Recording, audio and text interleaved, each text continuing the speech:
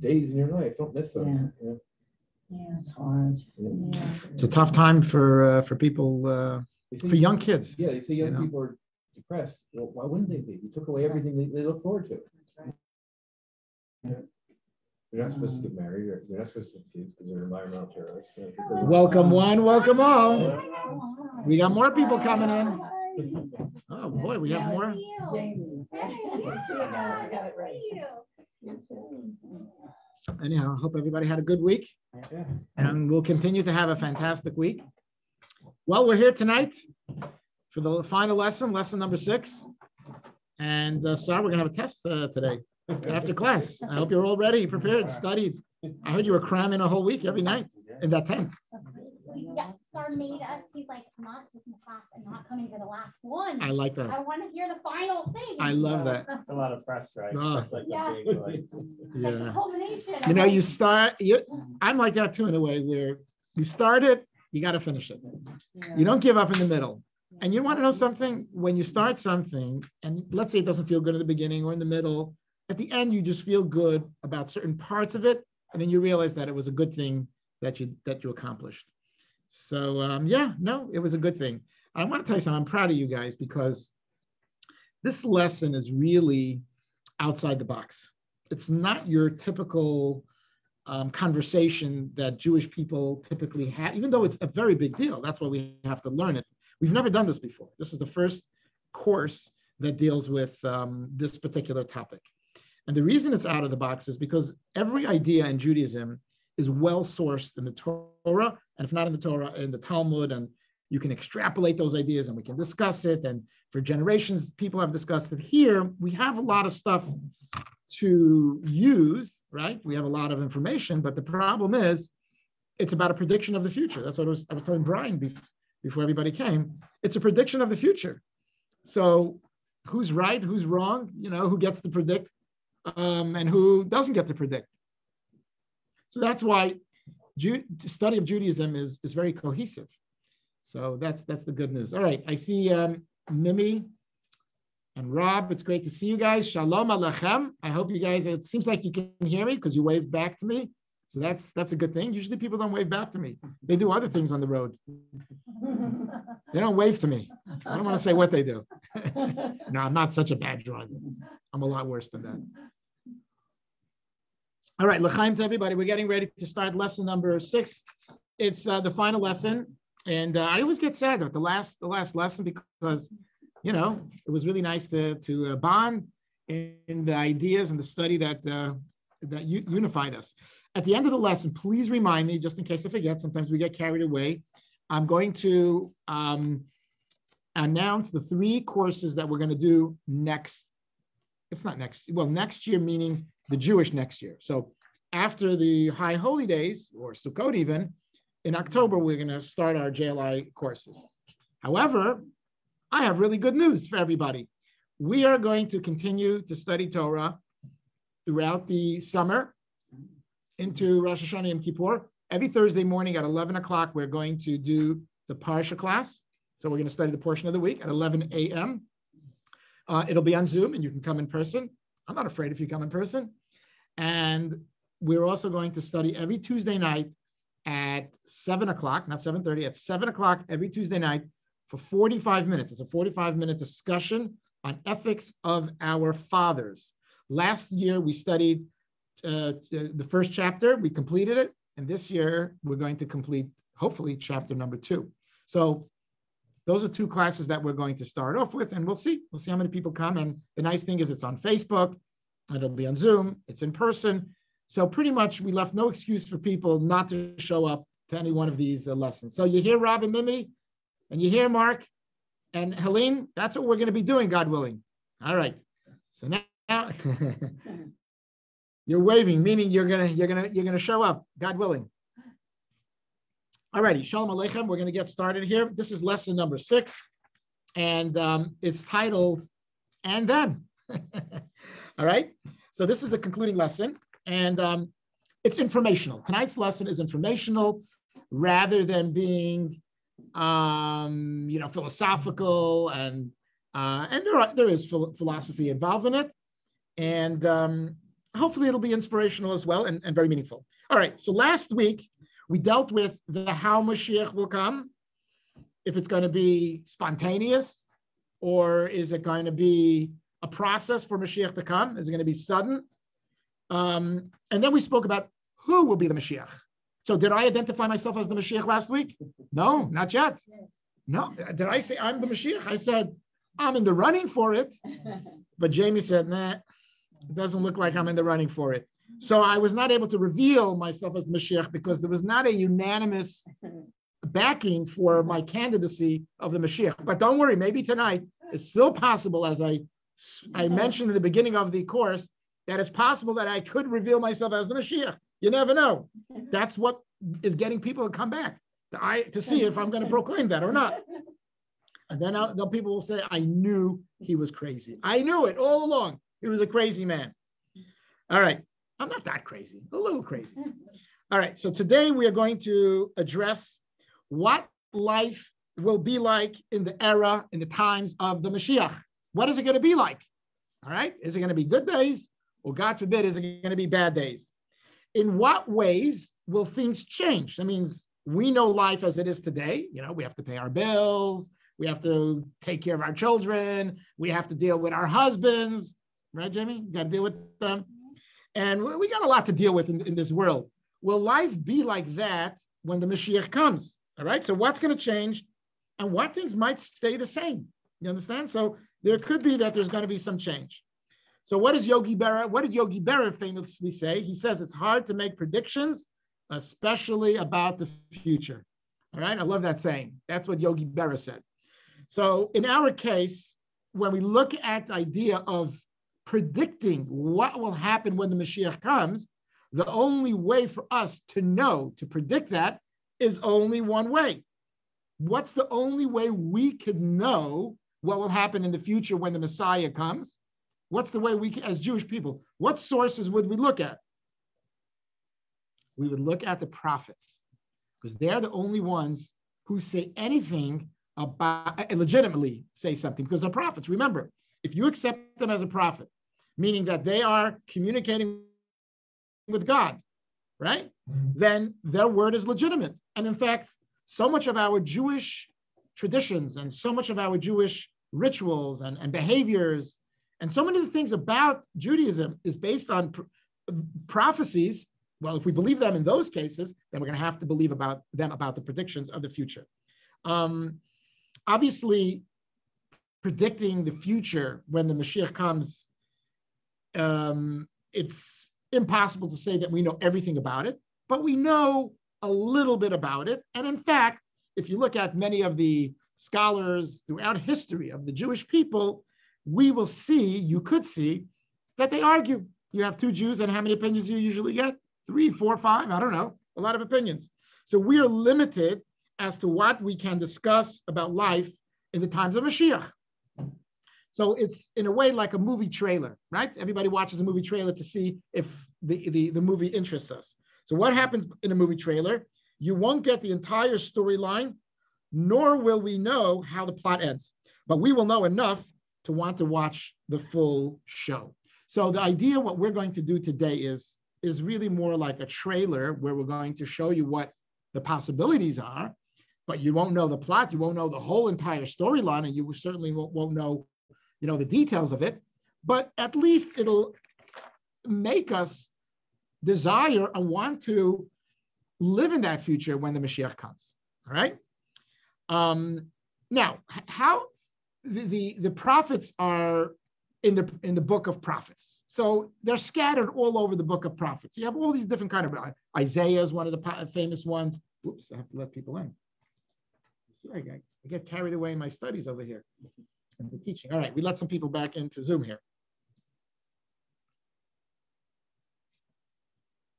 All right, I want to welcome, I apologize for letting you in a little late over here. I was getting really immersed in the class. Welcome to the class, those of you who are on Zoom. All right, you didn't miss much. So we're just getting started over here.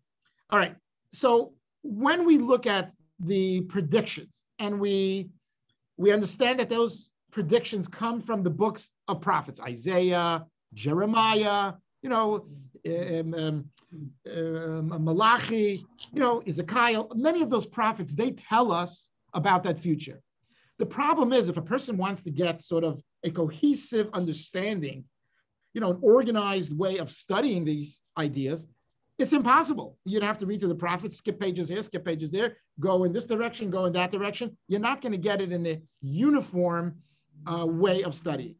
So the good news is that if we look at the Rambam is Maimonides. All right, he's the great. He was a physician. Am I right? All right, he codified all of the Jewish laws. Then when we speak about laws, I mentioned this, I believe, last week. Laws include not only social, civil laws, tort laws, or laws of marriage, laws of divorce, custody issues, monetary issues, but it also is ritualistic ideas, keeping kosher. But more than that, the ideas of Mashiach are laws. So laws means that they are substantiated, not necessarily in logic, but they are substantiated in the Torah. When we say the Torah, we're talking about the books of prophets. So the good news is that Maimonides, if you can open up the book of Maimonides, where he codifies all of the Jewish laws, he has a section where he tells you about who the Mashiach is and how he will come and when he will come and what life is going to be like in the future, right?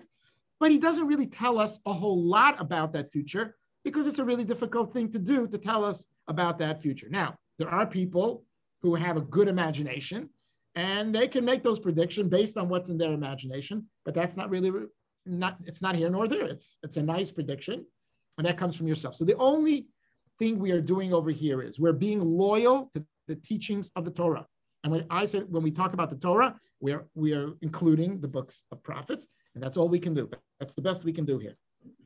So the first thing we're going to discuss is that when Mashiach comes, the first important idea for us to recognize and realize is that in a way, Mashiach will not bring this humongous change, this fundamental change where these great miracles are going to happen. The sea will split every single morning, and you'll never ever have to cook your food, and you're never going to have to sew your clothing. You're never going to have to go out and work. That's not what's going to happen. Nature will remain the same. That's the first premise.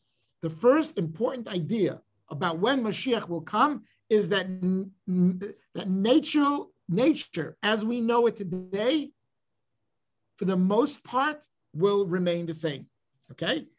Even though there will be drastic changes, there will be changes, by the way. We're going to talk about those changes as we go on with the lesson. They will not be very, very drastic. All right? So let's read what the Rambam, actually, let's read what Isaiah says in text number 1a. Okay, let's go back to text 1a. It's on page number 247 in your books. Do not presume that the Messianic age, any facet of the world's nature will change, or that there will be innovations in the work of creation. The world will continue according to its patterns. So Maimonides makes it very clear that the patterns will continue. We'll have to go to work. You're still going to have your job. You're going to have to go to the hospital and cure the patients. And you're going to have to reach out to the people, Marla, and you're going to have to sing songs for them and inspire them. That will not change. And you're going to have to build all these wonderful things at the aerospace. Okay? So here is what Isaiah says. One second. So before I read text 1b, let me explain this. Now, so Maimonides, and this is going to answer the contradiction you asked me earlier, Brian. Because you read the key, key points of the class. You read the key points. You see, he's a smart guy. He reads the key point. When you read an article in the newspaper, I always read just the first paragraph, the middle, and then the end. I'm not going to waste my time read the whole thing. And usually, if I need to find some more context or details, I'll look in the middle of the paper. So what he did was very smart. He looked at the key points of the class and says, I don't have to show up. So I called him up and I said, Brian, you better show up today. I don't care what you read. But the good news is the key points are also trailers, so you need to know more information. Here's the context of it. So what is the Rambam saying? He quotes from the prophets, right? In many cases, and he quotes that miracles actually will, even though Maimonides explains that there will be no miracles, nature will stand still. But if you look at the prophets, what do they say? the polar opposite. What do they say? I'll give you an example. The wolf will lie with a lamb. That's kind of miraculous to say that the wolf will lie with the lamb. That's impossible, at least in our times. The leopard will lie with the young goat. I don't think a leopard and a goat go together, all right? So what's the reconciliation over here? How do you reconcile it? Maimonides sort of opposing the great prophets. So here's how we reconcile it. That not all, many of these prophecies are metaphors, meaning that just like if a wolf lies with the lamb, which sounds like an impossibility, it means that enemies who are considered like the wolf and the lamb will be able to come together and there will be peace in this world. We will not know from all the between one group and another group. There will be no more war. That's the whole point of it. Does that mean literally that the wolf will lie with the lamb? Probably not. If you're going to go into the forest and you see a wolf and you see a lamb, tell the lamb to run because they will be eaten up. All right. Same thing for the leopard and the goat. The young goat better be on its way. All right. So let's read text number 1b. The wolf will dwell with the lamb. The leopard will lie down with the young goat. The calf and the yearling will be with the lion, and the little child will lead them all. All right. So Maimonides explains the wolf will dwell. Before I read 1c. So the meaning of the wolf will lie with the lamb is that so here is the way Maimonides explains it. It's very beautifully. That when we talk about the wolf will lie with the lamb, he specifically sees it not only that will get rid of strife and envy and war amongst people, but for Jews, the world will be eradicated of anti-Semitism. All right? It will finally cease. We will no longer have anti-Semitism. So what is the meaning of it? It's more of a sociological change rather than a change within nature. So the people are the ones who are going to change. The societies are going to change. And the world will embrace Jewish people. They will embrace Judaism, and they will understand that they don't have to be anti-Semites anymore. He also indicates that Maimonides, let's read text number 1c. We'll see that one, page 249. The wolf will dwell with the lamb, the leopard will lie down with the young goat. These words are an allegory and parable. The interpretation of the prophecy is that the Jews will dwell at peace together with those wicked Gentiles who sought to devour them like a wolf and a leopard. They will no longer steal or destroy, but live at peace with Israel. Similarly, other messianic prophecies of this kind are allegories. Only in the Messianic era will we understand their true meaning. Not only is it the purging of anti-Semitism, but here's something that's very, very important, that the Jewish people will be free from non-Jewish rulers. We will be completely independent. And let me tell you something very powerful. And I'm going to get a little political, but I don't mean to take a side or be political, even though we all have opinions. If you saw what happened, I believe 2 days ago in Israel, there was a big change within the government. You saw that? So Prime Minister Netanyahu was deposed, not, in obviously in a legal and in a democratic way. So they voted and he's out. And Naftali Bennett is the new prime minister. Anyhow, so Benjamin Netanyahu made a huge speech. And one of the very important things that he said was, and he said that, he was belittling the new government. He said the new prime minister and the new government will not be able to stand strong against President Biden and his administration. That's what he said. And what he really meant was that they're going to pressure Israel to try to do whatever it is to achieve peace with the Palestinians. It doesn't matter what it is. All I'm pointing out from this is, what does that indicate? That when we talk about Jewish people being completely free, that means, so people say, well, we're independent in Israel, we got our own government and we control the land. It's true. But can you really say we are completely independent? No, because Israel has to answer to the United States all the time. Israel has to even answer sometimes to Europe. The UN, I don't know if they ever have to answer to, because that's a whole terrible place. The point I'm trying to bring out is that Maimonides sees the idea of the wolf lying with the lamb, that Israel, the Jewish people, will never, ever have to answer to anybody. It'll be a pure, complete independence that nobody will be able to dictate the future and determination of the Jewish people. So let's read text number 2, page number 250. Our sages taught, there will be no difference between the current age and the Messianic era, except the emancipation from our subjugation to the Gentile governments. So Maimonides is talking about 1,000 years ago. It's a little less, about 900 something years ago. At that time, what was going on? There was no such thing that Jewish people had any kind of independence. So Maimonides is not even talking about what I'm talking about now, that Israel has this kind of independence, but it doesn't really have complete independence. I'm just adding that because that's what's happening today. That just because Jews say, oh, look, the Mashiach came already. We're fully independent. We are not fully independent. We're dependent on other countries, Gentile countries. So Maimonides lived in a time where Jewish people were totally under the dependence of the host countries, wherever they lived. Usually in the Middle East, Jews lived in Europe maybe at that time, wherever they were living. So that's what Maimonides is talking about over here. So when we talk about the metaphors or the prophecies of the prophets, where it sounds like it's a supernatural event, a miracle that's going to take place, what we are talking about is metaphors and allegories. Now, having said that, we'll talk a little later on, not all of the predictions or statements by the prophets are allegories and metaphors. Some of them can be taken literally. We'll talk about that a little later on. All right, let's talk about some other significant changes that Mashiach will accomplish. Another important accomplishment will be, which we've touched upon in different parts of this course, is the restoration of the temple. This is a very integral and an important part of knowing if Mashiach came or not. Imagine today if Jews, and by the way, you don't have to imagine it, are Jews who are ready to build the third temple. There is a museum in the old city of Jerusalem, very close to the Kotel, next to the Western Wall.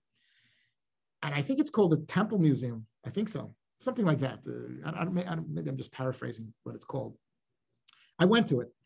The people who run it are of the opinion that Jews have to now rebuild a temple.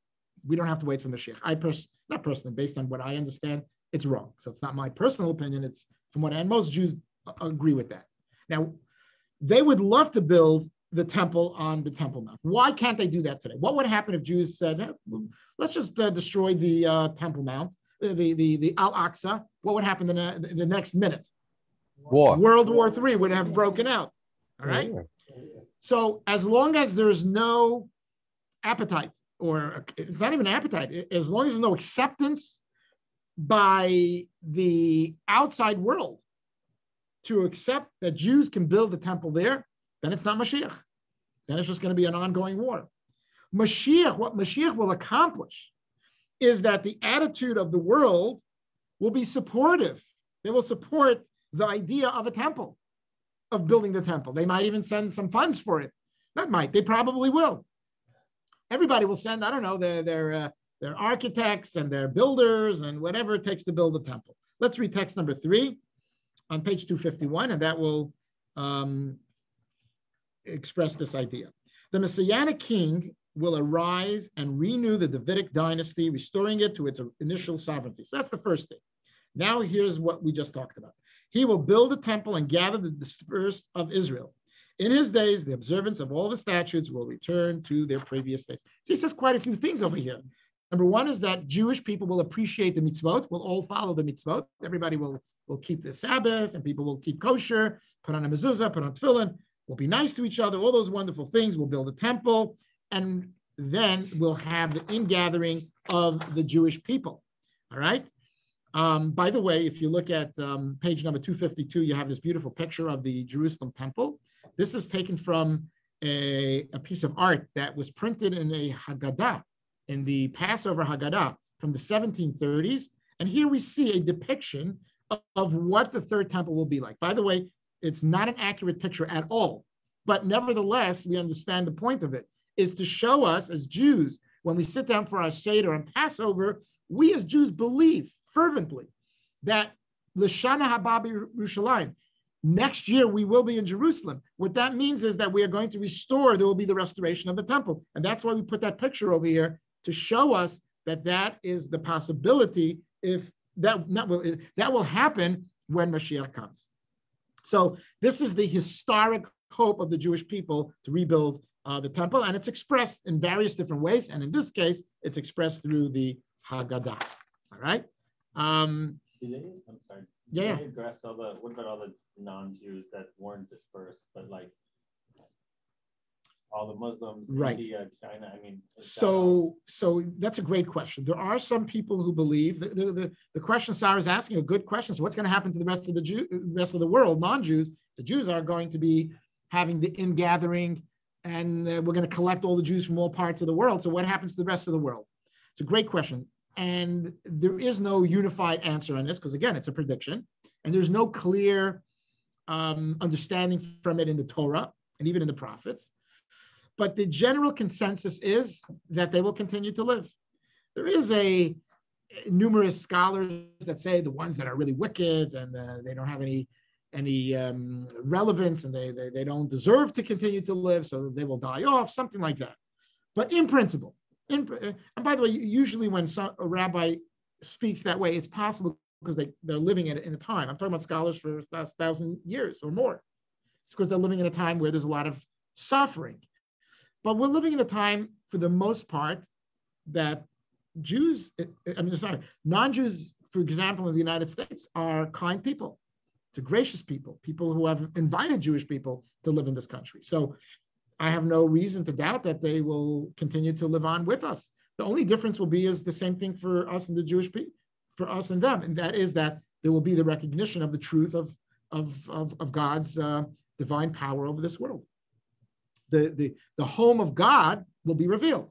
That's what we spoke about for a few courses, for a few lessons. We were speaking about the idea that we want to bring this world to perfection. Perfection means that God has a home here. What does it mean for God to have a home? That God, his presence is revealed to us. We will no longer have a doubt what's right, what's wrong. But that was for another day. And even, it's hard to imagine people in the Middle East accepting the Jewish people and allowing them to build a temple. That will happen. That's our belief. That's the belief of the Mashiach. All righty, let's read text number 4, page number 253. Here we go. If the nations of the world knew how beneficial the holy temple was for them, they would have surrounded it with fortification in order to guard it. This is what the Midrash says. What that really indicates is that they will gain an appreciation for the temple, which means that they will exist. So hopefully that sort of answers that Midrash, your question. In fact, to even answer this even more, Isaiah predicts what will happen to the nations. Because will the nations of the world, non-Jewish people, have any association or benefits or connection to the temple? That means we know they'll live, we know they're going to exist, but what's their connection to the temple? If they're going to support it and they're going to give funds to it, they're going to PayPal it to us, they're going to Cash App it to us. You guys know what I'm talking about? Venmo, there's a million ways to pay. That's how they're going to send their donations to the temple. In the meantime, use those to help support Chabad. That's a whole separate story. See, I'm hinting, you have to do some fundraising around there. All right. Isaiah prophesizes how the nations will actually pay homage to the third temple, to when Mashiach comes. Here, let's read it. 254. Sorry, you see, you asked the big question and the answer came forth right in those texts. Isaiah knew your question. Here it goes. The word that Isaiah, son of Amos, prophesies concerning Judah and Jerusalem. It shall be at the end of the days that the mountain of God's home shall be firmly established at the top of the mountains. That's Temple Mount. It shall be raised above the hills, and all the nations shall stream to it. So everybody's showing up. All right. Now I want to tell you something very good. You want a good investment, guys? Buy a home or a condo or an apartment behind as close as possible to the temple, because Airbnb is going to be huge over there. You're going to make a lot of money, make a killing when Mashiach comes. Mashiach is on his way. So don't say, after Mashiach comes, don't say I didn't tell you about the investment, because you're going to know you're going to see your Jewish friends all have apartments there making a killing. Well, nobody's going to, metaphorically a killing. So don't say I didn't remind you. I'm telling you now, you guys are going to make a load of money if you buy an apartment in Jerusalem. All right, here it goes. It shall be at the end of the days that the mountain of God's home shall be firmly established at the top of the mountains. Well, I just said that. Many people shall go, and they shall say, come, let us go up to God's mountain, to the house of the God of Jacob, and let him teach us of his ways, and we will go in his paths. So there will be the recognition that Jewish people will show the rest of the world and what path they should go in. So yes, they will be there, and they will have an association with the temple. All right, so that was another idea that we just explained. Let's talk about the ingathering of the Jewish people itself. So now the temple is built, and only then, this is what the Rambam says. We only know this because the Rambam brings everything together. He ties all of the information about what will happen when the Mashiach comes. So Maimonides teaches us that after the Mashiach builds the temple, there will then be the ingathering of the Jewish people who are in the exile. So the Jewish people of America, of Europe, Australia, Africa, South America, Asia, wherever they live, wherever Jewish people can be found, we will gather those people. I want to tell you just a little cute story. It's a true story that happened to myself. In 1987, I was chosen, me and a friend, to go to visit Jewish people in Alaska. All right, in 1987, that was a big deal to do that, such a thing. I was like going to the moon almost, for me at least at that point. We went first to Anchorage, and we established a little camp. Believe it or not, we had like 20, 30 kids in the camp, which was a big deal, Jewish kids. And we were there for about a week. And then we went for another week to Fairbanks, Alaska. And we spent about a week in Fairbanks. Fairbanks is a much smaller community, a much smaller city, huge Air Force base, and we went there.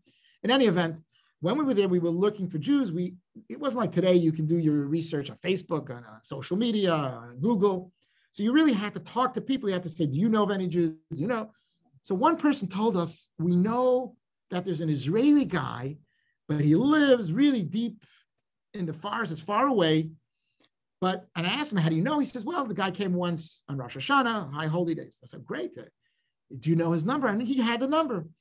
So we didn't think we'd get through, but we called him, and he answered his phone. There were no cell phones in those days, so people still had the landlines. So he answers his phone. Hello, ma nishma, habibi. He was not friendly at all. Okay, he was like cold as a stone. All right, it was a hard rock to penetrate. Anyhow, so we told him who we were. We're from Chabad, and the minute he heard Chabad, he like kvetched. He goes, oh, okay, oh boy, how did they find me? You just can hear it in the air. He didn't say it, but you can hear it. And then we said, look, we're here for a week, and we'd love to meet you. And I remember there was like a pause on the phone, and he goes, okay, I am available Tuesday morning or whatever. So I said, okay, we're coming. Tell us where you live. There's no Google Maps. There's no Waze. Say you have to write the directions. Remember those good old days? Even a map we didn't even have a Thomas. Well, actually, we did have but I'll tell you why we couldn't use it, because it couldn't give us direction to where he lived. It turns out that the guy lives in literally Nowheresville. The guy does not live in a normal city. He lives off a dirt road. So I'll never forget, we had the Oldsmobile, I think Sierra, what was it called those days? Some kind of Oldsmobile. We had a rental car. So we went, we made our way, and we're going, we found, and everything is lining up. We were hitting all the turns, and finally we get to that turn off, and we're wondering, is this the dirt road? Because if we go off the wrong dirt road, we might not be coming home if it's the wrong place. So we head in, and then we finally found a house. It was like 2 miles down the road. Now, first of all, we're driving this 4-door sedan, which had no business driving down this dirt road. You need a 4-wheel drive, a Jeep. And we had a flat tire in the middle. So we had to change our tire. And we knew we're really up the creek over here, going into the wrong place. We thought we might be going one way, but hopefully we'll reach the guy, and I'm sure he might have experience. Anyway, we got to the guy, and he lived, I'll never forget, in a log cabin, but he had electric and water and all that good stuff. So we came in, and he was still pretty cold to us, but there was a small sense that, yeah, he was happy to see us. And he didn't do a lot of talking, so we had to like sort of do all the talking, and then we're trying to. And finally, we asked him, "What the heck are you doing here?" It's like, what are you doing? You're an Israeli guy. Come on, you're not a redneck. What are you doing over here? And he was married and he had a kid. His wife wasn't Jewish. So he had a family there? He had a wife and kid. Yeah, they weren't home, by the way. I think he made sure his wife and kid shouldn't be home to see these weird guys from Chabad from New York showing up. Okay. So now he gets more animated. He says, I was in the 6-day war. I was in the Yom Kippur war. Lebanon. I'm tired of all the wars. I want peace. I'm done. Jews, non-Jews. I don't want to have any of this kind of stuff. And that's why I figured I want to go to the farthest place where I can get away from all the wars. But look, you guys are here. You found me. I thought I was going to run away. So it was kind of funny. And I remember this story because now we talk about the ingathering of the Jews. There are Jews that are hiding, all right? Whether it's consciously or subconsciously, we have Jews that are actually hiding from whatever it is that they're hiding from. And even those Jews, when we talk about the ingathering of all the Jews, we will convince those Jews. And by the way, he became much more warm afterwards. We had a long conversation, and he was really thrilled to see us at the end. And those days we came with books, and he bought stuff from us. I mean, not to make money, it was at cost price, but he was interested in buying a prayer book. He had nothing, no Jewish resources in his house because he got rid of it. I mean, rid of means he left it all in Israel, and he abandoned his whole past because he wanted this new future. Even a Jew like that, I said, you can run, but you can't hide. And Richard, that goes for you. You can keep running, but you can't hide. All right. I found Richard this week in his office, right, Richard? Yes, you did. I did. You see, he's admitting it.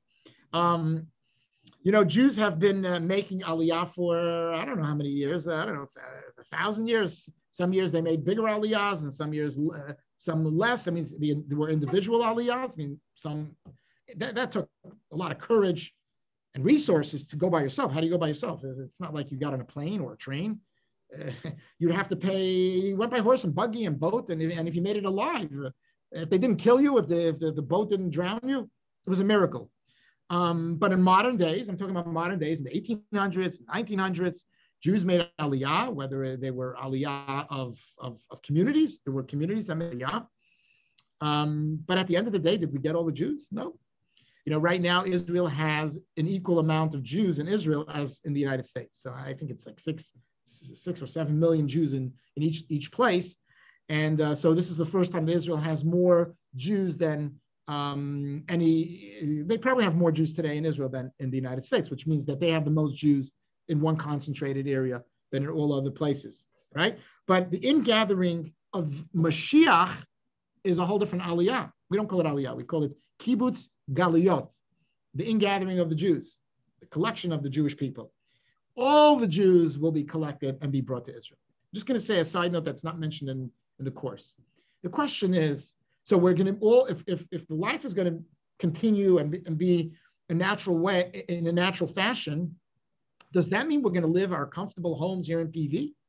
I mean, some of us have nice views, not me, but I know some of you guys have nice pools, nice cars, and you're saying to yourself, Jerusalem is a holy place. It's pretty good.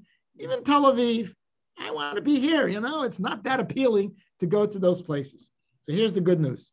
The good news is that some of the, again, these are predictions of the future, but we don't know for sure. So either way, we'll be happy. At the end of the day, Mashiach is going to make us happy at the end. But there is discussion as to whether when we talk about the Jews being gathered into Israel, are we going to just be all gathered? I don't know. We're going to rush to the airport and get an El Al flight and just move with all our stuff. I mean, how's that going to work? Transfer the money into some Bank Leumi, or Bank HaPoalim. I don't know how that's going to work. But what some commentaries believe is that the world will become Israel. So you stay in Israel, you stay in your homes. Now some people go, thank God, I'll take, and now Mashiach can come. And Israel will become Jerusalem, and Jerusalem will become the vicinity of the temple. The temple will not be as big as Jerusalem, but that will be the place that's considered for the Beit HaMikdash. That's one way to see it. Other scholars say, no, we're going to be gathered and we're all going to be brought to live in the land of Israel. Either way, I don't think there's going to be any big harm.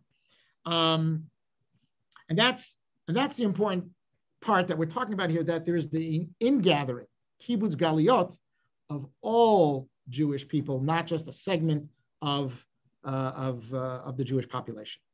All right, now the question is, which Jews are part of this ingathering? So it's the good-looking ones like me, the smart ones like me, the popular ones like me, the dynamic ones like me. Anything else about like me? No. That's all a joke, guys. It's not about me. The Jewish people who will be ingathered, the question becomes, because it's really a real question. I'll tell you why it's a question. Because you need to have, let me give some background before I explain this. How many of you, raise your hand on Zoom or in person, if you ever heard of the 10 lost tribes? Okay, all right.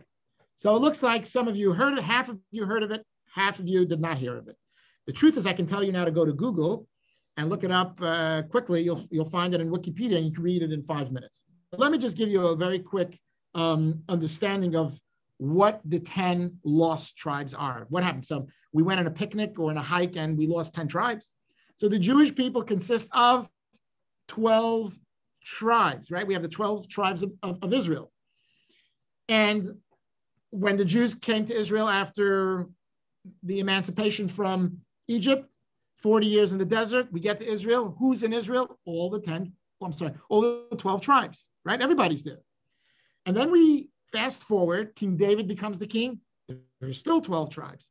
King Solomon, remember him? He becomes the king. There's still 12 tribes. After King Solomon passed away, Jewish people again cannot get along. You have 2 Jews, 3 opinions. So the 10 tribes of Israel, there were 10 tribes of Israel, and I won't name all of them, but except for Judah and Benjamin. So all the other 10 tribes, they formed an independent kingdom, and they were called the Kingdom of Israel. So now they have their own king, they even created their own prophets, and they were not such hatzitatzis, meaning they were not so kosher. They came up with their own things, which it was the wrong thing for them to do. There was a civil war amongst the Jewish people. So if everybody thinks that even though they had a temple, everything was so hunky-dory, it was not. You ever go to a synagogue? Well, what would cause this war? I mean, it's about. So I don't want to get into the details about this because it's not really a history class right now. But usually these wars come when one person is jealous of the other. So someone wanted to become a king and said, okay, and you start lobbying, and he got the 10 tribes to be on his side, and they created their own kingdom. There was a lot of accusations against the kingdom of the Davidic line of monarchy. Anyhow, fast forward. So you have now 2 kingdoms. One is in Jerusalem and 2 tribes. You have Benjamin and Judah. Plus you also have some Kohanim and some Levites that joined Benjamin and Judah, and some joined the other. So they're split. But if you fast forward between the years 574 and 556 BCE, before the Common Era, we know that the Assyrians, and this is in the middle of the First Temple, the Assyrians invaded the northern kingdom, right, a number of times. They tried to conquer them. It seems like Judah was much more powerful. That means they both had independent armies. So they said, we can't pick a fight with the Judean tribes, and that's why we're called Jews, by the way. After that point, because of the name Judah, Judeans, we're called Jews today. Yehudim, Yehuda, that's where it comes from. Before that, we were called Yisraelim, Israelites. But now we are called Jews as a result of we're the leftovers or descendants. We're not leftovers. Come on, sounds like your chicken leftover dinner last night. All right. So the Assyrians invade, and finally they win the war. They occupy the northern part of Israel, which was where these 10 tribes lived, and they took these Jews and brought them to different parts of Assyria. So wherever Assyria was at that time, that's where these Jews went. There's different. Were they different, considered slaves? Some of them became slaves, and some of them were forced into prostitution, and some of them were actually allowed to live independently, but they had to convert to whatever, to paganism. And they basically assimilated at that time to whatever the Assyrians. They became Assyrians. So they were pretty much what we call now the 10 lost tribes. So this is actually even 125 years before the Babylonians destroyed the first temple. So we're talking about a long time before the temple is actually destroyed. So by the time you reach the destruction of the first temple, there is no longer any 12 tribes. There's only 2 tribes, Judah and Benjamin. All right, those are the 2 tribes. So the fate of these 10 tribes is shrouded in mystery. Nobody knows where they are. Nobody can say we know exactly. There's some who, there's actually some predictions exactly to where and whatever happened to them, all right? But let me just say this, something very, very important, that why are we discussing the 10 tribes? Because the question is, what happens to the 10 tribes? Do they get to come back to this ingathering of the Jewish people? Because they're really lost. They are really far gone. I mean, they are steeped into paganism, even though it says that some of them maintain certain aspects of rituals. So, for example, it's possible they lit Shabbat candles, that they wouldn't work, or some elements of keeping kosher, writing Torahs. That's what people try to figure out if people in Africa or people in Asia are those lost tribes. In my opinion, I highly doubt it. But nevertheless, people, are thinking about those things. Who are these lost tribes? But there's something deeper going on over here. And we're trying to figure out what happens to these people. Are they part of, the Jewish people when Mashiach comes? Or we say, just forget about them. So there's actually an argument between Rabbi Akiva and Rabbi Shimon, I believe. Who's the second rabbi? Rabbi Eliezer, Rabbi Akiva and Rabbi Eliezer. They both argue. Rabbi Akiva says they're lost, they're goners, they're never coming back. But Rabbi Eliezer says it's a possibility that they will come back. So according to the Talmud, we know that the prophet Jeremiah went out on a mission to bring back the lost tribes. He thought he can bring them back, and he thought he knew the location. The Talmud assumes, we don't know for sure, but it makes the assumption that he was partially successful in bringing some of them back into Israel. So he went wherever he went, brought back some of the Jewish people, convinced them or whatever. Maybe it didn't take much convincing, but they did come back. And they were subsequently integrated back into the Jewish people, all right? So everybody agrees that these Jewish people, even though they don't know what tribe they're from, where they're from, Rabbi Akiva, Rabbi Eliezer, they all agree that when the Mashiach comes, we will identify it. Mashiach will say, you're from this tribe, you're from that tribe. There are 10 tribes to choose from. So we will know who their tribe is. That's like today you have, what is that called? 32andMe? Is it not 32? What is it called? Huh? The thing where you find out. Yeah, it's Ancestry, whatever the websites are, where you find out, your DNA and where you come from. So I'm not sure that Mashiach will just look at your nose and say, you're from this one, you're from that one. Anyhow, even though they lost their tribal identity, they will still be brought back.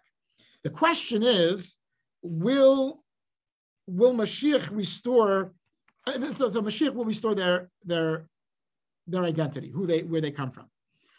The question is, what happens to the rest of them? That means the ones who don't come back. That's where there's an argument. So Rabbi Akiva says they're too lost. It's too far away, and those Jews cannot come back. Rabbi Eliezer says that no matter how far a Jew strays willingly or unwillingly, a Jew is a Jew is a Jew is a Jew, and they're coming back. And that's the argument. So we're again, these things are not set in stone. These are predictions. We can't know for sure. We're watching a trailer, as I explained earlier, as a parable. if you look at Russian Jews, so just to give an understanding how we can connect to this idea in our own time. What happened to Russian Jewry from the 1920s and 30s and 40s for 70 years? What happened to them? They fell under the tyranny of Stalin, Lenin at first. It was total tyranny with communism. Now, if you were a Jew living in Russia in the 1930s, 40s, 50s, 60s, 70s, right, even in the beginning of the 80s, you could not practice Judaism as a free person, right? You were forced to have your child be indoctrinated by putting them in school on Shabbat. They had to go to school, all right? So many Jewish people chose not to even tell much about what it means to be a Jew, because they had the experience, even though they lived under the Tsar, and there was that form of anti-Semitism, but you were still free to do Shabbat and to keep kosher. It wasn't that kind of tyranny. It was anti-Semitism, but on a different level. So the Jews in Russia barely told their descendants, their children, that they were Jews. What does that mean today? What's the ramification today? Do you know how many Jews are walking around Russia still thinking it's a secret? It's a real thing, by the way. They don't talk about it.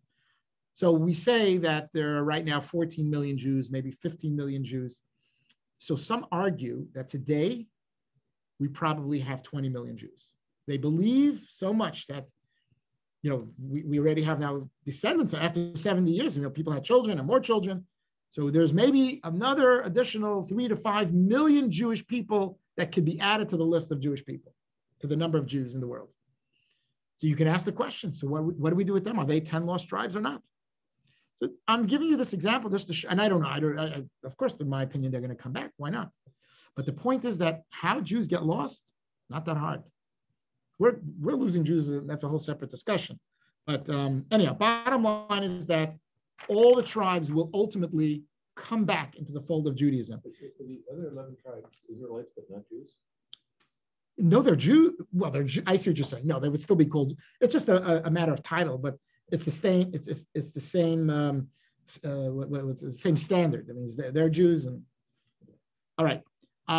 If you look at another picture of the Passover Haggadah, and it's a little small, but you can see in figure 6.2 on page 256. This is in the Haggadah. It's showing us how Israel is divided into the 12 tribes, which means that, and it's indicating in the future. That picture is about the future of Israel, of the Jews. That when Mashiach will come, what do we believe? That the Israel will be divided into 12 tribes rather than 2 tribes. So we do believe, it seems that is the consensus, that the 12 tribes will be part of the Jewish population. So we're going to meet our cousins and brothers and sisters out there. There'll be a lot more people that are going to come into this ingathering. Okay. Another important change that's going to take place when the Mashiach comes. So like I said, this is all informational stuff, not a whole lot of philosophy, but more of those hopeful predictions. All right, here's another very important change that's going to take place when the Mashiach comes. What is that change? We are going to restore the body of the Sanhedrin. What is the Sanhedrin? The Sanhedrin is the supreme court of Israel. So just like in any civilized society, it has a court, and then you have the Supreme Court. In America, we have a Supreme Court with nine judges. Israel will have this high court. And what does the high court do? It's not like in America. In America, it's a judicial branch, meaning that it interprets the law, but it does not legislate the law. In Israel, the high court, right, called the Sanhedrin, they legislate the law as well. So they interpret and they legislate. They're legislators and they're interpreters of the law. And they talk about social laws, ritualistic laws, civil laws, you name it, and they talk about those laws. How many people sat on this court, on the Sanhedrin? Anybody know how many judges? Take a guess. What do you think? If 9 sit in America, 13. 3. 11. 10. Any guesses from Zoom? All right. Well, All right. I mean, to represent 12. each So, tribe. in America, we're talking about the idea of packing courts. When we talk about Sanhedrin, it makes packing courts like child's play. 71. 71. Right? And it's interesting because there was a whole system on how they legislated and how they interpreted. So they weren't just sitting there listening to 50 cases a year. They really ran the country in a certain level. I mean, Israel in its prime time had a king, a high priest, but then you had the Sanhedrin, who had a lot to say. Would this be like the Congress, in a sense? They were a mix of the Congress and the judicial branch, a mix. That's what they were. They were a Congress. So yeah, you can say that they were a Congress. All right. Now, who were the 71 people that were chosen? Guys like me, smart, good looking, wealthy, popular, dynamic. Did I mention this before? Doesn't sound familiar. So I have to repeat it. You guys are forgetful about, it's important to remember these things. Very, very important. All right. They were the 71 people. They had to have certain qualifications. So they had to be smart people. They had to have a certain level of wealth because, you didn't want them to get bribed, God forbid. Even though the Talmud says that they got a very handsome salary because they didn't want them ever to feel that they were compelled, God forbid, to have the temptation to be bribed. Even holy and upright people can fall into that trap. And they had to have smicha, which is rabbinical ordination. Now you guys say, rabbinical ordination, any Joe Schmo can get it online. You go online, you can become a rabbi. There are guys who do that, have websites. Ordination today is not the same idea as ordination of those days. Ordination were from a very select Jews who had the ability to give rabbinical ordination. It pretty much came to an end at a certain point in time. So today, when we say a rabbi has ordination, it's not the same idea as ordination because we see that ordination coming from Moses to Joshua, going on all the way till that person had it. So it ended at a certain point. Now, the Sanhedrin. Oh, by the way, the power of the Sanhedrin is that it legislated laws. Now imagine today a body of rabbis. Let's say 3, 10, 15, 50 rabbis get together and make an edict, right? They tell everybody you have to wake up in the morning and, take an egg and walk around the table 70 times. You can laugh at, obviously they wouldn't do that, but they couldn't. Let's say they have a handful of people listening to them. It's not binding on all Jews. Because you'll say, hey, I got my own rabbi.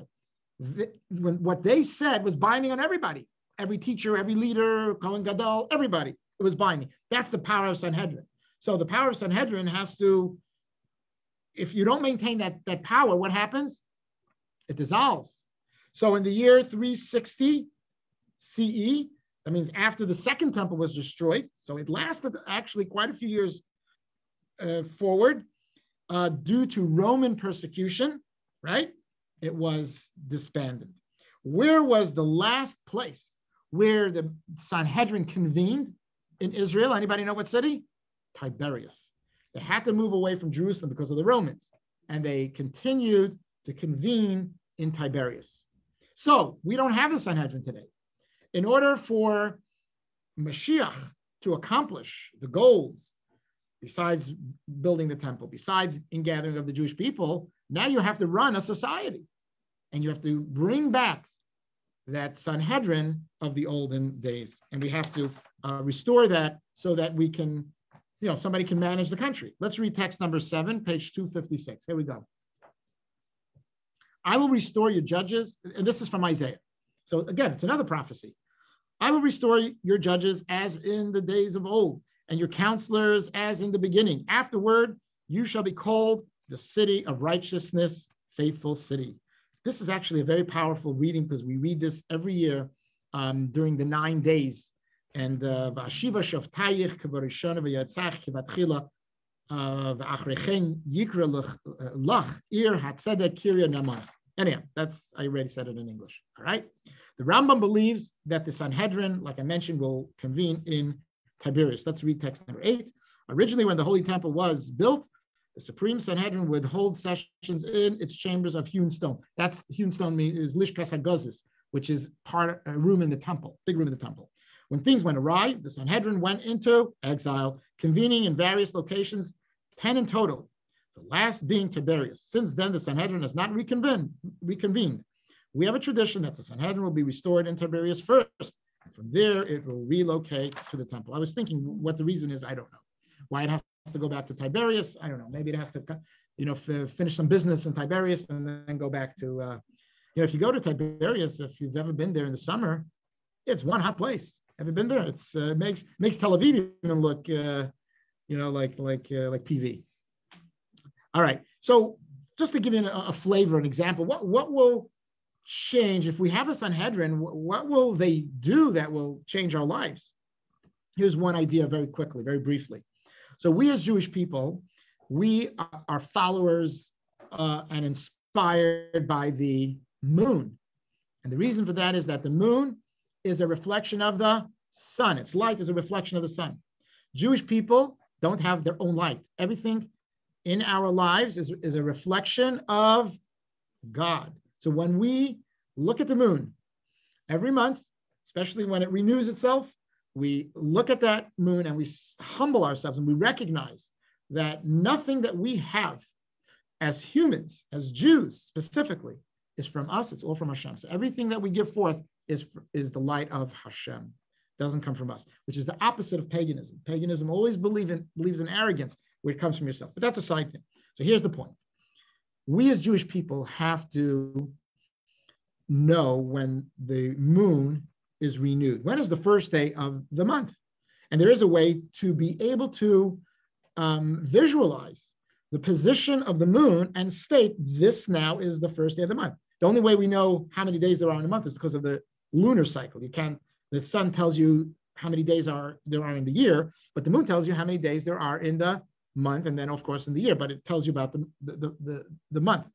So we as Jewish people, because we're connected to the moon, we must look at the moon every month and figure out the position and know when the first day of the month. Why is it important for us to know the first day of the month? Why do you think we need to know the first day of the month?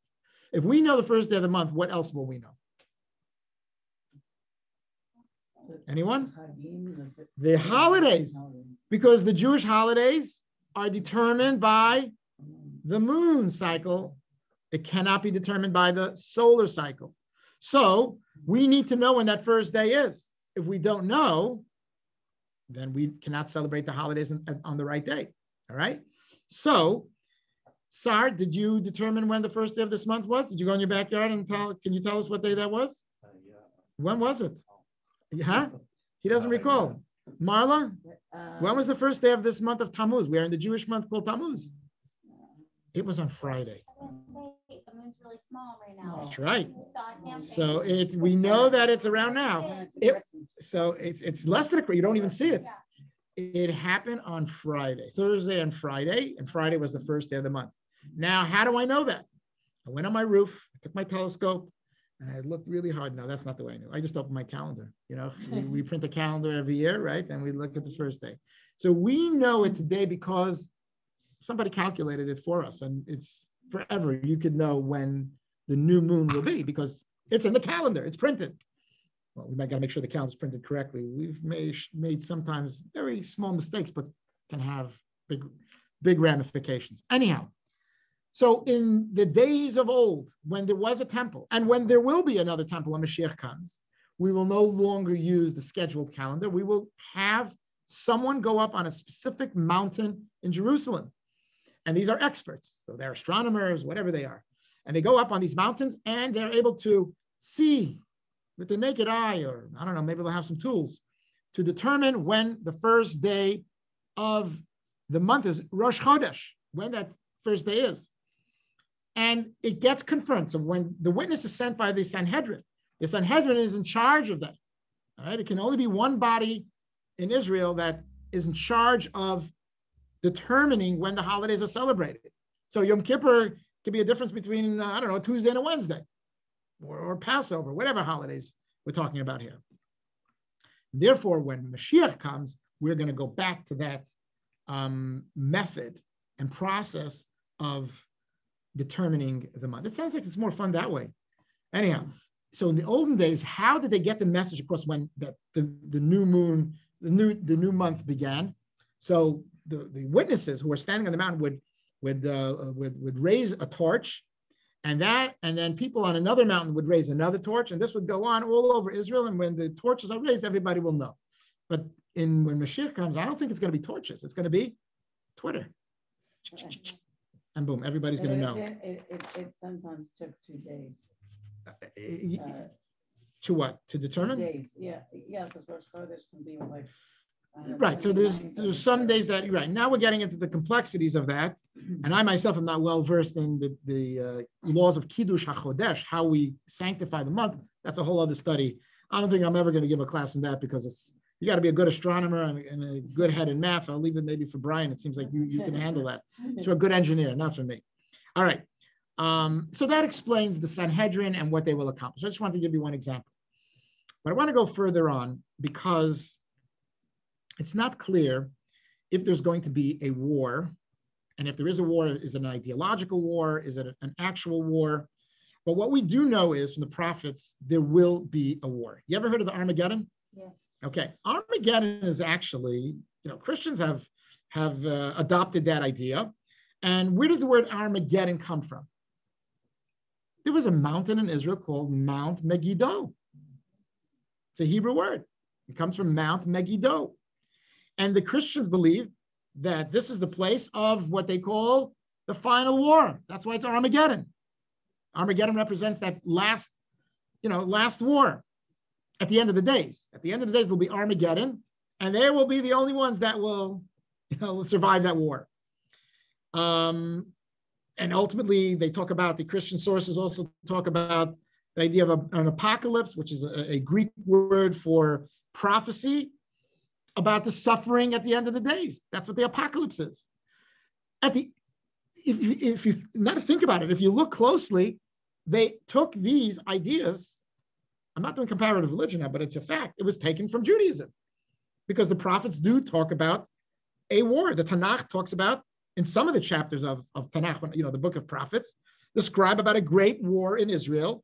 And according to Jewish sources, that war that the prophets describe will happen when the Mashiach comes.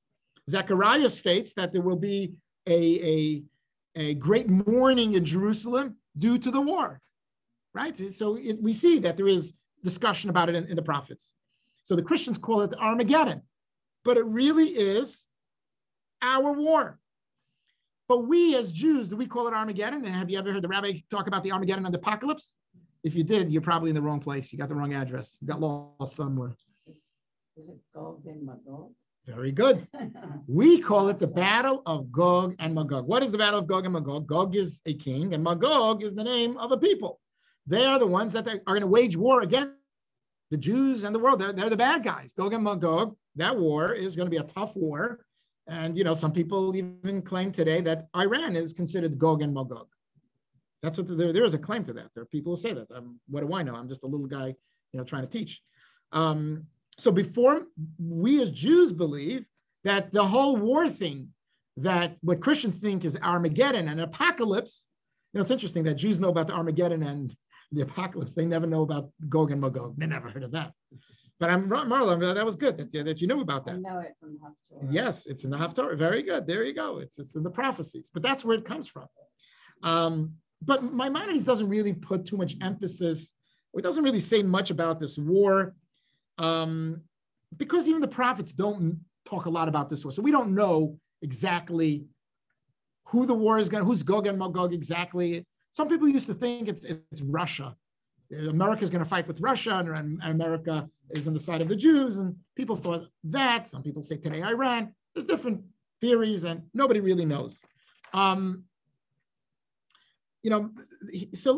Maimonides couldn't really talk much about it, because what information is it going to be based out of? Maimonides is not going to give you his imagination, because that's not what Maimonides ever does.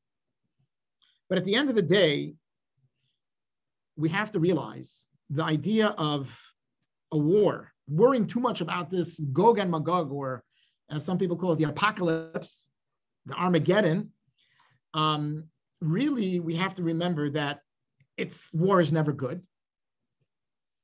But there is a teaching in the Talmud that I'm not going to go into a deep explanation, because it's after 8 o'clock. And after 8 o'clock, our brain cells are sort of going to sleep. They're going to rest. So I'm just going to explain it to you in an easy way. There are better things to be worried about. You know, like with our children, you have to choose your battles, right? What's your battle going to be? You always have to think about it. You know, is it going to be the petty things, or it's going to be a bigger thing about, you know, school and their friends and what they did and whatever it might be, certain values. What are you going to fight? You only have that much time and energy and, you know, how much they'll listen to you. You don't get to choose all the wars. So I'm saying you have to be concerned about these big wars, but it's not going to help us if we think about those wars because there's nothing we can do about it right now. When the war comes, and if it's really Mashiach, we're going to win the war. There's no question about it, right? Marla, you're going to be up there and you're going to be the biggest cheerleader for the war. All right. What do we need to worry more about? So there's an interesting psalm that says like this. And you can look, it's on page 260, text number 10, the second paragraph. It says like this: suffering a wayward child, this is from Psalms, by the way, suffering a wayward child at home is more difficult than the war of Gog and Magog. So it's a psalm. King David is saying, guess what? You got bigger problems at home, your wayward child, than your war of Gog and Magog. That's a big deal. And do you know what King David is talking about? His own son. He had a son, Avshalom, who rebelled against him, he was going to kill him to take over the monarchy. All right, so he's got a lot of problems on his hand. So King David says, Gog and Magog is small potatoes. Your children are your big problem. The big wars you're going to have in your life is your children. It's a very powerful idea because maybe even now, before the Mashiach comes, you know, we have to wage war. Every day we have to wage war with our own instincts and with our own, you know, the negative instincts, the things that are within ourselves we're battling. But we have to do battle with our children. I mean, battle, kill them or, you know, beat them up. But we have to try to influence them with goodness, with good influences and all that kind of good stuff. Because King David says, Gog and Magog is not the biggest problem in your life. Your children are your biggest problem in your life. And he's talking about from experience. Does that make sense? So I took a deeper idea that came with a little technicalities, and I brought that idea in an easier way to understand. All right, what are our physical blessings? So we're going to go back to what we, very, very briefly, what we spoke about, the physical changes, or it's not that much huge changes, but certainly there will be blessings in our lives. It's not changing the natural order of things when Mashiach comes. So another drastic change will be the prophecies we discussed in lesson number 1, a whole bunch of prophecies. So let's go over some of those prophecies on page 262. It's figure 6.3. Number 1, there will be no more war. Those were prophesied by Isaiah and Micah. Crime, right? Crime will be down. There will be no crime when Mashiach comes. No such thing as people robbing, killing, you know, pillaging. Be a good time. Poverty. We're going to eradicate poverty. There will be no more global poverty. Nobody will be hungry. Everybody will have enough money for everything. By the way, it says, let me just address poverty for a moment. So what's going to happen? This is the prediction. People are going to go to work. So whatever your job is now, you might continue it unless you get a better job. But you will not have to make any really great efforts to earn money. It'll just come easily. So if you want a certain job, you're going to get it. It'll come easily to you. Things will just come easier to us. That will be the most supernatural experiences that we're going to experience. All right. There's not going to be a lack of food, scarcity, and disability. Everybody's going to be healthy. All right. So what we notice here is there's not much change within nature. And the Rambam explains that life will be worry-free, as I just explained it. So you won't have to worry about that job. You won't have to worry if you're going to get fired. You'll be able to go visit Israel without any problems. Brian was telling me where he works, it might be a little problem based on what he does for a living. So if you read text number 11, it's a longi, you will see all of these beautiful ideas listed in this place. All right, now we come to the most biggest claim, the most outlandish idea that has no logic whatsoever. All right, that is the resurrection. All right, people coming back from the dead. Right, that's what we're going to talk about right now. We don't have much information, so that's that. But let's try to talk a little bit about this idea. And resurrection is kind of vague because there are some opinions that really believe we'll live forever. And the people ask the question, if we live forever, so the world will be so overpopulated, people will continue to have kids and nobody dies, then what happens? And if you have, I don't know, it's a complicated thing. I mean, how do you wrap your head around living forever? At some point, you're going to get bored and you say, you know what, I've been around. I'm about 1,000 years old. I've seen it. I've done it. I mean, over and over and over, I've done it. There's nothing else that can excite me in life. Well, there's an answer for that. The divinity will be the excitement. New divinity, newness will be available to us. But it's really hard to wrap your head around the concept that someone is going to be resurrected from the dead. Who's going to be resurrected? What kind of people? The good ones, the bad ones, the medium ones. To make it more complicated, you have souls. Which souls are going to match which body? If souls are reincarnated, there's a whole bunch of problems in this idea. So we have more questions than answers. But that's the typical Jewish class. We have more questions than answers. And that shows that you're beginning to understand and study beautiful ideas. So resurrection is part of the belief in Mashiach. For various different reasons, people shy away from it. Some people will say and claim it's an allegory. It has no basis in reality, right?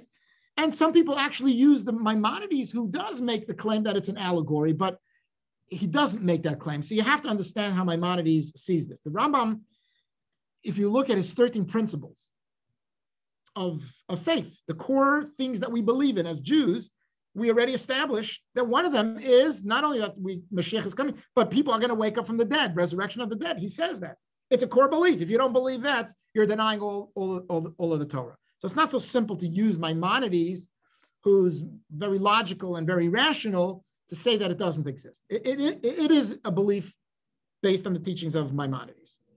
So even though Maimonides, we explained earlier, he sees many of the prophecies from the prophets as allegories and parables, but the idea, the prophecy that there will be resurrection of the dead, according to Maimonides, is a real thing, and it's taken quite literal. Let's read it from Maimonides' mouth. Text number 266. I'm sorry, page 266, page number 12. Here's what Maimonides says. It is important to realize that when I stated that certain, and by the way, he's writing this letter. This is a letter that he writes. And he writes this letter because he realized that people were using his teachings, his writings, to say that the resurrection is not real. So he's pushing back. That's what this letter is about. It is important to realize that when I stated that certain prophecies are to be understood allegorically, this is not absolute. No prophetic communication informed me that they are allegorical, nor did I receive a tradition from the sages and prophets that these particular matters are parables. In a way, Maimonides is pedaling back from what he originally said about the allegories. He still maintains that there are some, but he's saying, you know what, there's some of them we're going to take literal. But he doesn't know because no one ever showed up to him and say, this one is real, that one is not real. So he's saying that the possibilities are both real. Let me explain what brought me to the allegorical approach. I strive to bring harmony between Torah and human intellect, which is why I explain things in a natural way whenever possible. However, when it is self-evident that the connotation is miraculous indeed, and it is not possible to interpret it otherwise, I say that it is a miracle. So if something that is understood that it's a miracle, and there's no other way to see it, then it's a miracle. And that's how he sees the resurrection of the dead. There's no other way to see those prophecies other than real things. The bottom line is that regarding specific prophecies about the redemption that do not involve the fundamentals of our Jewish faith, it matters not whether one believes that they are literal or allegorical. We will have to wait for their realization, may it occur speedily in our days, to discover whether these statements refer to actual miracles or simply allegories for the natural changes. He says, okay, so let it happen, and then we'll find out. We'll see if grandma wakes up or not. That's pretty much what he's saying over here in a more coarse way. So that's the bottom line about the idea of Techiyat HaMeisim, which means the resurrection of the dead. But here's something interesting. If you look at the 5 books of Moses, right? There are no clear verses. There's nothing in the Torah about the belief of resurrection of the dead. Zero. You can't find it. You look in the Tanakh and you can find, pretty clear indication that there is such a concept. There are hints maybe recorded in Moses, and you have to like sort of extrapolate it. You have to pull it out of the teeth of the Torah, as it were, right? Conveying this idea clearly, but it's not there. The question is, why not? Why let the Torah tell it to us, and then we'll have more belief in this idea? Because right now we're not really getting, a lot of good vibes from the Torah about this thing. And maybe there's a contradiction between the Torah and the prophets. Maybe it's a problem. So Maimonides actually has a beautiful explanation in his letter. It's a long letter. It's text number 13. So I'd rather you guys read it, but I'll give you the gist of the idea. He explains something very powerful. The Jewish people in the times of the desert, leaving the desert, so they're going to be emancipated. They're going to have their redemption from Egypt, right? Who were they influenced at that time? By the Egyptians. What are the Egyptians? Pagans. There are two things that they deny. They deny the idea of prophecy. Moses cannot be a prophet of God. So that's why Moses says, hey, God spoke to me. They go, what else happened? And what did you have for dinner last night? Yeah, right. And the second thing they didn't believe in is miracles. So when Moses did these miracles with the snakes and splitting seas and then frogs, they said it's magic, black magic, whatever magic was in those days. So they clearly did not believe in miracles, godly miracles. Black magic they did believe in, and they did not believe in prophecies. So what do you think the Jews were influenced by? That belief. So the Jews were not ready to believe in a lot of the prophecies for the future, especially a core belief such as the resurrection of the dead that really announces the depth and the bigness of what Mashiach is all about, that dead people are going to arise. That's the biggest thing that's going to happen when the Messiah arrives. You think the temple and winning wars is a big deal. Try waking people up from the dead. That's a much bigger deal. So Maimonides says they were not ready for that. And therefore, Moses cannot tell it to the Jews because it would be immediately discarded and pushed back. It took time for the Jews to get into Israel, start going away from the time of paganism, and where Jews could start believing once again in miracles and in prophets. And at that time, you can stop prophesying and talking about Tchiyat HaMesim. That's his explanation. If you read text 13, there's more meat in that idea, which basically brings us to the end of the lesson. I can't believe we're running 10 minutes early. Boy, we're bad Jews. We shouldn't be running early. We should be running at least on time or late for sure. But the idea of Tchiyat HaMesim, so aside from the bigness of it, if you can wrap your mind around it or not, it really is about another thing going on. And it's what we kept talking about in the middle lessons of this course. That was that ultimately, what are we all striving for? To create the home for God. Where does the home have to be built? In the lowest of lowest places of the universe, of all of creation, of everything of life, in the physical domain. That's where God has to have his home. So when we talk about people being either living for the eternity or people being resurrected from the dead, what does that tell us? That the mission has finally been completed. It's come to fruition. That finally, if people can be resurrected from the dead and come back alive, there's no such thing as death anymore, right? Bila hamavas netzach, we've eradicated this, the concept of death. That tells us that we have fulfilled our mission. So perhaps when we speak about the idea of resurrection of the dead in the times of Mashiach, that's the indicator, that's the sign that we've done what we were supposed to do in this physical world. Because the most important thing for God, as we understand it, is for people, physical people, to do physical things, be immersed and engaged in the world, transforming it. And the idea that represents the culmination of it, the completeness of it, the wholesomeness of it, is when we talk about the idea of Tchiyat HaMesim. So that's a philosophical way to see resurrection of the dead.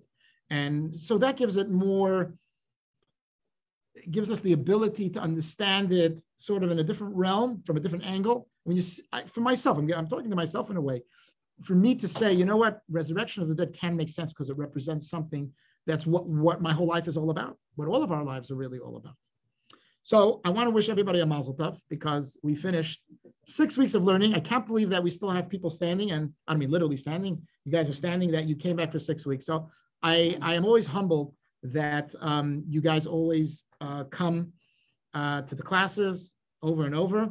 And I want to remind everybody that God willing, we will have continued classes Thursday mornings at 11, portion of the week, Zoom. And by the way, go to jewishpv.com/Zoom. That's where you will find all of our Zoom programs. And then on Tuesday night at 7, we're going to have a class on Pirkei Avot. Next Tuesday night, we're not going to have it a week from tonight because I'm traveling again. And I'll be actually on a plane, so I won't be able to do it next Tuesday night. I do send WhatsApp messages to remind people. I think, is anybody getting my WhatsApp? Are you on WhatsApp? I am. I got your first one. Okay. Very first one. Okay. Sorry, I think you're on my, do you get my messages on WhatsApp or? I never got a message. Any Okay. group messages. No. Okay, so I think I put you on a group message. Look out for that. Jamie, I think I put you on. If you're not, I'm gonna have to look it up again. You know, it could be. I'm sorry. I don't She doesn't want to hear from me. I hate- All right, so let me ask you a question. Do you think I'm going to proclaim myself the Mashiach? Yes or no? No. Raise your hand if you think I'm going to proclaim myself the Mashiach now. Raise your hand. No one. Boy, that's how much you think of me. Who thinks that I will not proclaim myself the Mashiach? Everybody. All right. So as a good Jew, yes and no. What kind of answer is that? Yes or no? Make up your mind. Now you're really crazy. Oh, not even that. Every one of us has a piece of the Mashiach within ourselves. Every one of us. That means like this, that Mashiach in principle is the transformer of the world, the announcer that the world has come to completeness and wholesomeness, that there is a transformation. So everybody here tonight can declare themselves, yes, I am the Mashiach because I got a little piece of the Mashiach within me. Am I the wholesome Mashiach, the whole shebang? Not really, not necessarily. So that's why it's a yes or no. I hope you appreciate that idea. All right, at this time, if anybody wants to share something, maybe make a compliment. I'm sure you have a lot of compliments. We're going to have to limit it to about 13 compliments per person. That's it. And we're going to give you about 12 hours to do it. It might take longer, but I'm giving 12 hours for compliments. The complaints, obviously, there are none, so we don't give time for that. We're not going to designate time for that. But of course, the guy with the cigar and the guy who's drinking whiskey while I'm working and schwitzing, he probably has a few complaints here and there. He just looks too relaxed to me. Richard, what's going on? Just enjoying. Did you enjoy the lesson or the course? I did. Yes, I did. All right. I didn't even have to pay him to say that. All right. Anybody have any questions or answers or comments? Marla. I don't know if this is the public or private, but no, it's you're on Facebook right now, and they might delist you. No, I want to say, you are somewhat of a Mashiach because I just want to say that after taking 2 courses in a row on incredible subjects that have always interested me, but really be in depth and being true to the class, coming every week. I see some positive changes in myself in terms of I would say maybe like mostly like forgiveness of people, but as my friend said, putting the past in the past. But I see it as moving forward and not making something that you were very angry about take over your life. So I just feel much better about my life and that having this ability to forgive has enabled me to move on in life and have a lot more joy out of it. Yeah, and first of all, you have no idea how much I appreciate what you're saying.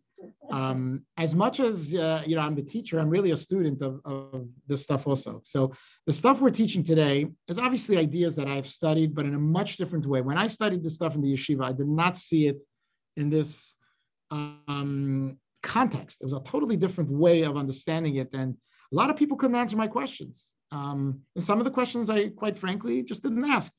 And that's what these courses do for us.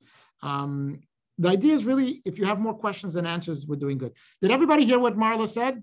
Because if not, I'll tell you what she said. Should I tell you what she said? Everybody in Zoom, did you hear what she said? She says, I'm the best looking guy. She said, the best teacher she's ever seen in her life. I make the best cake. Cholent is unbelievable. The kishka kugel is phenomenal. So, Rabbi, I have a question to you. What do you got out of all this? Have you changed? Oh, stump the rabbi night. What did I get out of this? What did you change? Have you your opinions and everything? Wow, he's putting me on the spot. He turned the tables around. I'm always asking people. So, Richard, you're not invited to the next lesson, by the way. Please don't tell him when the next course is. Oh, man. All right. It's a good question. And I do appreciate the question. How did it change me in my life? There's no question about that. When I study the stuff and I teach it, and I hope you see the passion in it, is because I believe in it. And I get to believe in it even more so than I believed in it before. So I heighten my belief. That's number one. Number two, it's like what Marla said, it changes my behavior to a certain level. I'm almost perfect, not quite there yet. I'm getting into that perfection of my life. And it helps me and guides me of how I see the world. You have no idea how many times where it happens more in the petty things. Someone says something like small to you, it's like, and then you think you got to get petty. And then you realize, you know what, this is much bigger. That life is way bigger than that. And you just let it slide, let it go. And in a way, try to find a way to facilitate, to make this thing go away, not only for yourself, but for that other person. It makes me be a better Jew. It makes me be a better Jew. And there's no end to that. My commitment to God, my commitment to Yiddishkeit, my commitment to the community. So it really helps me in my own daily life in a very practical way. So that's my my answer. I hope that satisfies you, Richard. Yes. But don't ask such hard questions ever again. But do you find that when you were studying versus now, you have changed quite a bit your opinion, when you first started with Shiva versus now? Have you changed and have these courses have developed? Who said there's follow-up questions are allowed? The rules have been changed by you, Richard. You changed the rules here. No, I go back to what I said. Yes, certainly these ideas, these teachings, all the classes. This is just the Mashiach one. We have various different ones. Let me talk about a little bit of what the 3 courses for 2021 and 2022. After Rosh Hashanah, it's more after all the holidays, Sukkot, in October of 2021. It's called Outsmarting Anti-Semitism. It's hard to outrun it. It's time to outsmart it. That's the subtitle. So we live in a time where we're finding ourselves, what else is new? There's anti-Semitism. We're going to talk about this whole idea and what we can do about it, so on and so forth. Again, it's not what you think it is. We're not going to get up and speak politics, and you'll see. It's a good course. The second one is a very mystic. I don't know if it's mystical, but it's meditative. It's called Meditation from Sinai. So it's Torah mindfulness. By the way, meditation today is huge. Everybody's meditating. Yoga is a very, very big deal. And here's what Jewish people don't know. They think Judaism has no spirituality to it. We had that conversation, Jamie, right? We're going to show you that Torah mindfulness and divine spirituality to help us think, feel, live, and become better people as a result of meditation that's from Sinai. And you will see that it's perhaps maybe a superior meditation than the ones you're doing. That doesn't mean you have to give up all other meditations, but you'll see the power in that. And finally, the last course in May, by the way, the second course is in February. So the May course, February of 2022, May of 2022, in a year from now, pretty much, is the values that shaped Judaism's civil code. All right. So we're going to talk about the, well, you'll find the brochure. You're not even going to remember what I'm talking about, the three courses. So that's what we're going to do, God willing, next year. I'm very excited about these three courses because they're really going to hit home to a lot of very practical things that are going on in our world and in our personal lives. Richard, you shouldn't be asking the rabbi any hard, difficult questions, especially those follow-up ones. All right, Mark, what's going on? You're sitting there and you're looking at me like I came from Mars. You got to unmute yourself, otherwise we won't hear you.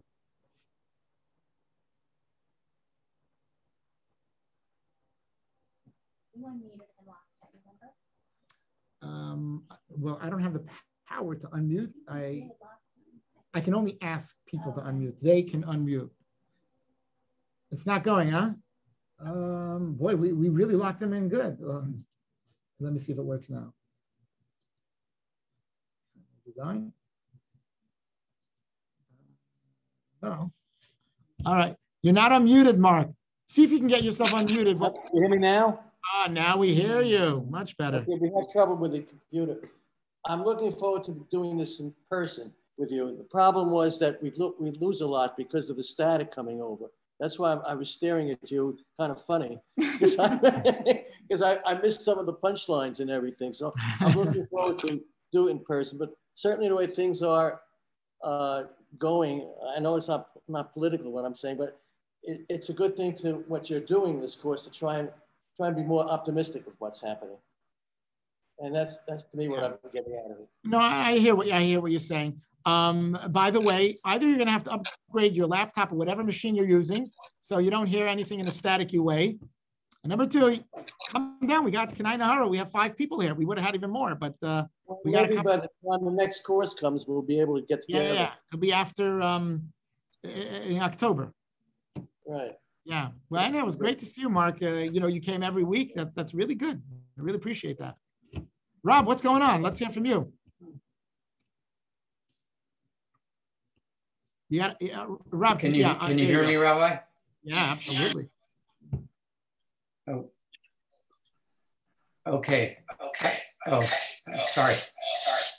Hold on one second. I'm going to. Yeah. Okay. Go for it. I was listening can you hear me at all? I do. We can hear you. Oh, sorry. No, we had terrible internet problems tonight, so we missed half of what was being said. And then I tried to pull it up on my phone, and it was a little bit better, but it was just a technological nightmare tonight. But I said to Mimi, we just have to be there in person whenever we can because it's really the best way. Yeah. It's interesting, the class is only as good as the internet connection. Here, it's as good as your ability to stay awake. That internet connection, But we another wire up there. But we felt this was a very compelling course, and we appreciate it very much. Thank you. Yeah, no, I'm glad that you and Mimi came for sure. That means a lot. I know you come in person as well. And so again, I want to remind everybody, learning doesn't end, and we should continue studying. We have ongoing classes, and Rachi has also a women's Torah class. I guess you got to be a woman. If you think you're a woman, just put a wig on, and she'll let you in. I better be careful before I get canceled. I want to wish everybody a wonderful summer. I want to remind everybody we're here every Shabbat from 10 to 12, and we have uplifting services. But don't come for the services. There's a good lunch. All right. There's a good lunch. And we have challah and kishka and all the good stuff. And so come to that. And God willing, by emails, by texting, I hope everybody will get our messages across and you'll be inspired to come. Nothing to be afraid of. If you're vaccinated, you'll be fine. Everybody's going to survive. There's, very, very low rate of COVID in California for sure. There's absolutely no good reason for people not to come, not to show up. Anyhow, like they say, we should all have a great summer. And like they say in Yiddish, we should all be gesund. So it's a sei gesund. And again, I from the bottom of my heart, I thank everybody for joining us in this course. And God willing, we'll have many, many more very, very soon. All righty. I think we'll close Zoom for right now and also for Facebook. and take care. Shalom. Thanks. Shalom. Rabbi.